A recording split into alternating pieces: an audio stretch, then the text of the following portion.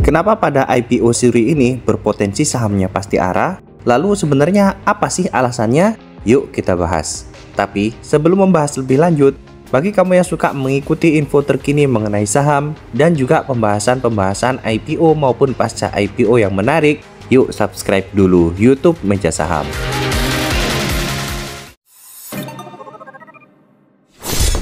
PT Maja Agung Latexindo Tbk dengan kode tiker SURI merupakan perusahaan yang memproduksi sarung tangan karet dari bahan baku lateks untuk kebutuhan medis dan juga non-medis. Kapasitas produksi per tahun 2020 terutilisasi sebesar 65,17%.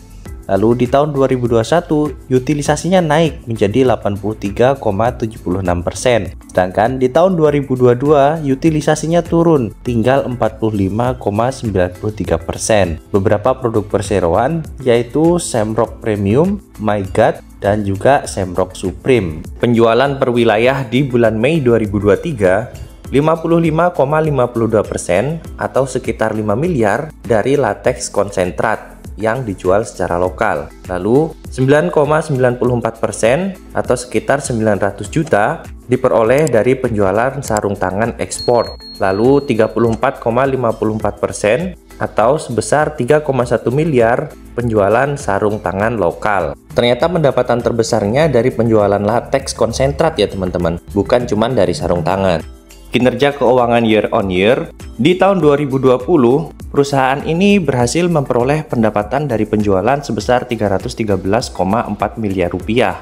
Lalu di tahun 2021, ada sedikit peningkatan, meningkat menjadi 338,1 miliar rupiah, atau jika dipersentase, naik sebesar 7,9%. Sayangnya, di tahun 2022, pendapatan dari hasil penjualannya ini menurun ya teman-teman, menjadi hanya 93,3 miliar rupiah. Dan jika dipersentasekan, turunnya sebesar 72,4%. Lalu kemudian, dari bulan Mei 2022 ke bulan Mei 2023, penurunannya jauh lebih dalam ya teman-teman. Di sini bisa kita lihat, di bulan Mei 2022, pendapatan dari penjualan sebesar 67,8 miliar rupiah. Sedangkan di bulan Mei 2023 sisa 9 miliar rupiah dan di sini terjadi penurunan sebanyak 86,6%. Di sini ada catatan, penurunan drastis disebabkan karena adanya penurunan penjualan sarung tangan. Jadi di sini memang jelas ya teman-teman kalau memang penurunan ini dikarenakan adanya penurunan penjualan. Laba bersih perseroan di tahun 2020 berhasil mencatatkan laba bersih sebesar 28,8 miliar rupiah. Lalu di tahun 2021 terjadi penurunan sebesar 8,3% sehingga pendapatannya hanya diperoleh 26,4 miliar rupiah. Lalu di tahun 2022 pendapatan bersihnya turun sangat dalam ya teman-teman, lebih dari setengahnya, sisa 10,2 miliar rupiah.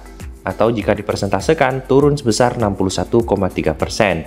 Lalu di bulan Mei 2022 pendapatan bersihnya tinggal 8,8 miliar rupiah dan di bulan Mei 2023 perusahaan ini justru rugi sebesar 5,9 miliar rupiah. Jika dipersentasekan penurunannya sebesar 167,5%. Ini penurunannya sangat dalam ya teman-teman. Dari perspektif saya, perusahaan ini IPO di saat yang kurang tepat ya. Harusnya kemarin IPO-nya itu saat sedang rame-ramenya pandemi. Sehingga kinerja perusahaannya pasti akan bagus. Dan dengan begitu, retail pasti akan sangat banyak yang mau ikutan IPO-nya. Sedangkan sekarang, tren di dunia udah bukan mengenai kesehatan lagi. Sehingga ada kemungkinan retail kurang tertarik dengan IPO ini. Pada IPO ini rencananya jumlah saham yang ditawarkan sebanyak 1,3 miliar lembar saham dengan persentase 20%. Dengan harga penawaran antara 160 sampai dengan 170 rupiah dengan potensi pendanaan 203 sampai dengan 215 miliar rupiah. Potensi pendanaannya cukup besar ya, dan inilah menurut saya yang membuat IPO ini cukup menarik. Apa alasannya? Bagi teman-teman yang udah subscribe lama channel YouTube Meja Saham, pasti tahu apa alasannya kenapa IPO ini menarik dan berpotensi bisa ARA. Dengan target pendanaan sebesar 215 miliaran rupiah, IPO ini akan masuk ke dalam golongan penawaran umum 1 dengan batasan minimum alokasi penjatahan terpusat sebesar 20 miliar rupiah atau 15%. Anggaplah jika tidak terjadi oversubscribe ya teman-teman, bisa kita hitung 200 miliar dikali 15% akan terkumpul dana sekitar 32,25 miliar rupiah. Ini anggapan jika tidak terjadi oversubscribe ya teman-teman. Artinya, dari target pendanaan sebesar 215-an miliar akan tersisa sebesar 182,75 miliar rupiah teman-teman. Artinya sisanya di underwriter itu sangat banyak teman-teman. Dan biasanya untuk jualan saham caranya itu bukan diturunkan, karena kalau diturunkan retail akan cut loss. Tapi retail itu justru akan FOMO saat harga sahamnya dibawa naik. Jadi dengan begitu, inilah yang saya sebut kenapa saham ini berpotensi ARA teman-teman. Disclaimer, ini bukan merupakan ajakan beli maupun tidak beli ya teman-teman, karena keputusan berada di tangan masing-masing investor.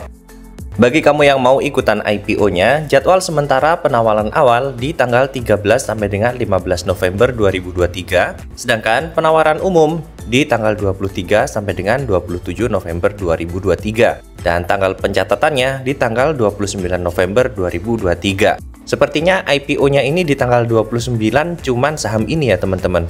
Jadi nggak ada saham yang lain. Rencana alokasi dana hasil IPO sekitar 49,45% digunakan untuk belanja modal dengan rincian 20,26% untuk pengembangan bangunan gudang, pabrik, dan kantor. Sedangkan 24,55% untuk penambahan dan remodifikasi mesin produksi. Lalu 3,11% untuk pembangunan fasilitas pengelolaan limbah, 1,53% untuk pembangunan software penunjang, lalu sekitar 50,55% sisanya untuk modal kerja perseroan. Wah, untuk modal kerjanya banyak ya teman-teman. Ya mudah-mudahan ini modal kerjanya untuk bekerja menggoreng sahamnya sih, supaya kita para retail bisa ikut numpang cuan dari IPO saham ini.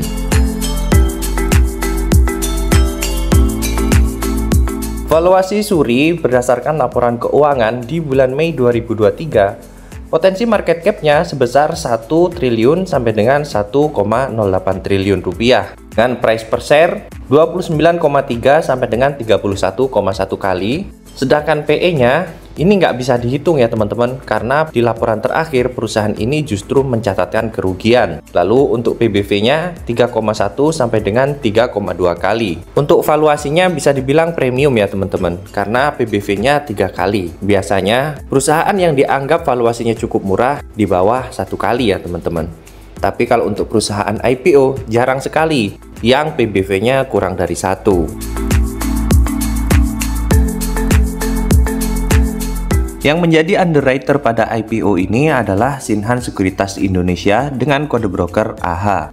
Shinhan ini kalau ngawal IPO sama seperti underwriter lain ya teman-teman, kadang dibawa naik, kadang juga dibawa turun. Tapi yang menarik kemarin saat membawa IPO-nya RSCH itu dibawa naik ya teman-teman. Ya mudah-mudahan nanti di IPO ini harga sahamnya juga akan dibawa naik ya. Bagi teman-teman yang hanya mau beli saham dengan kategori syariah, kemungkinan saham ini masuk ke dalam kategori syariah ya teman-teman. Tetapi untuk keputusan final mengikuti OJK dan juga DSN MUI.